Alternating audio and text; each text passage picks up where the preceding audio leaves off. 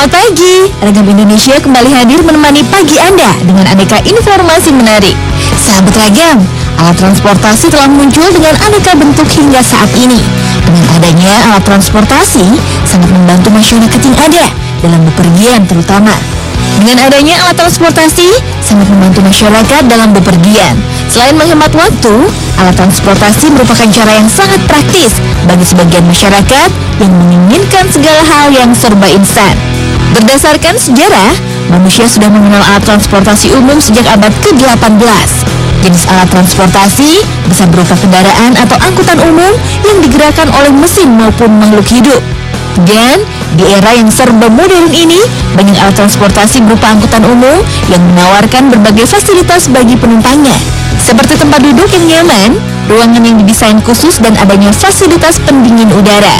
Namun hal itu tak lantas menghapuskan keberadaan angkutan umum tradisional begitu saja, yang nyatanya menjadi ciri khas di beberapa daerah di Indonesia.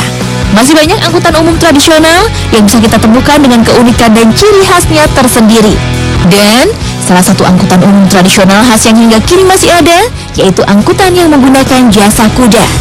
Untuk yang ingin tahu apa saja angkutan umum berkuda, Ragam Indonesia akan membahasnya untuk Anda.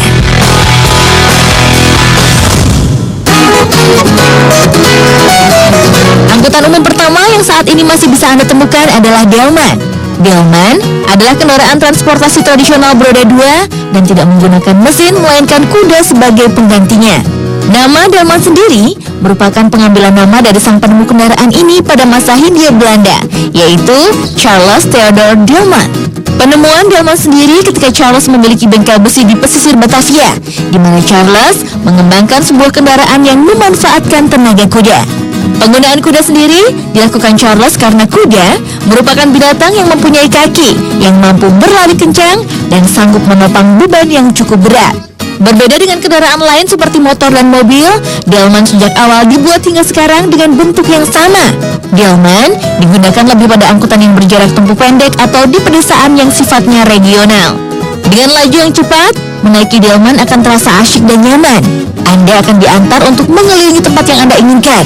Dan bagi Anda yang penasaran dengan kendaraan yang unik ini, delman masih bisa ditemukan di beberapa tempat wisata di Jakarta seperti Kota Tua.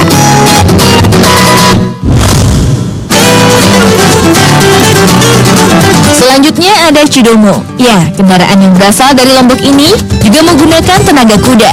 Cidomo sendiri adalah singkatan dari Cikar, Dokar, dan Motor. Asal muasal Cidomo sendiri bermula saat transportasi tradisional yang bernama Cikar muncul di Pulau Lombok. Namun bedanya, Cikar hanya digunakan untuk mengangkut barang saja dan bukan penumpang. Secara fisik, angkutan yang satu ini tidak ada bedanya dengan delman. Tetapi bila diperhatikan, ban yang digunakan oleh Cidomo terbuat dari ban mobil bekas. Penggunaan ban mobil bekas sendiri dilakukan karena ban bekas lebih mampu melewati jalanan sempit dan sukar dibandingkan dengan ban delman yang terbuat dari kayu. Sampai saat ini, alat transportasi Cidomo masih menjadi sarana utama, terutama pada daerah-daerah yang tidak dijangkau oleh angkutan publik. Ongkos yang harus dikeluarkan pun tak mahal, kisaran 25.000 hingga 45.000, tergantung jauh dekat jarak yang dituju. Meski keberadaan Cidomo saat ini semakin jarang dengan adanya kendaraan modern lainnya, tetapi Cidomo masih bisa Anda temukan dengan keunikan dan ciri khasnya. Dan yang unik, saat ini Cidomo akan semakin berkelas ketika yang menumpangnya adalah turis atau wisatawan. Jadi, kalau Anda berkunjung ke Lombok, jangan lewatkan sensasi mengendarai Cidomo ya.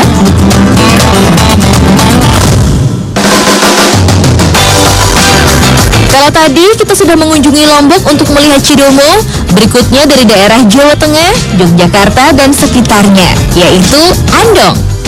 Keberadaan Andong adalah sebagai salah satu warisan budaya Jawa yang memberikan ciri khas Jawa kental yang hingga kini masih dilestarikan. Pada bagian Andong ini, nuansa khas Jawa sangat terlihat. Ukiran-ukiran khas keraton dengan indah terpajang pada bagian Andong ini. Selain bagian Andong, hal unik lainnya adalah Pak Kusir yang mengendalikan Andong, di mana seorang kusir atau pengendali Andong pun berdandan dengan pakaian khas keraton. Saat ini, Andong masih dengan mudah Anda temukan di sepanjang jalan Malioboro, Pasar Ngasem, dan Kota Gede. Saat menaiki andong, Anda akan dimanjakan dengan pemandangan khas kota Jogja yang ditambah dengan hingar-bingar kendaraan lain yang berlalu lalang. Hal ini dijamin menambah sesuatu yang berbeda dan tak terlupakan. Bagaimana? Tertarik untuk merasakan pengalaman yang langka ini? Dilihat dari sejarahnya, andong dahulu hanya boleh digunakan oleh kerabat bangsawan, terutama raja dan kerabatnya. Andong dianggap sebagai penanda status sosial kaum priai. Rakyat jelata tak diizinkan mengendarai andong. Mereka hanya diperbolehkan naik gerobak atau dokar. Seiring perkembangan zaman, andong mulai diizinkan digunakan oleh masyarakat umum, terutama pedagang. Dan kini, andong justru dijadikan sebagai pelengkap wisata yang ada di Yogyakarta dan Solo.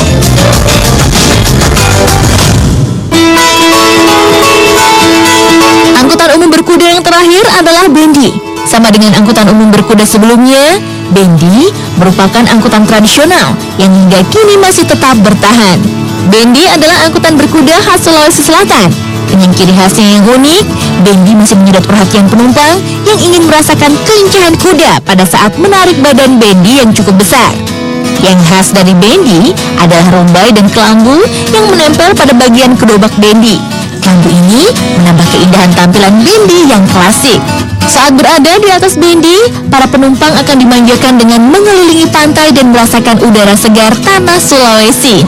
Dengan laju yang santai dan terkendali, kusir atau supir bendi akan setia mengantarkan kemanapun penumpang mau.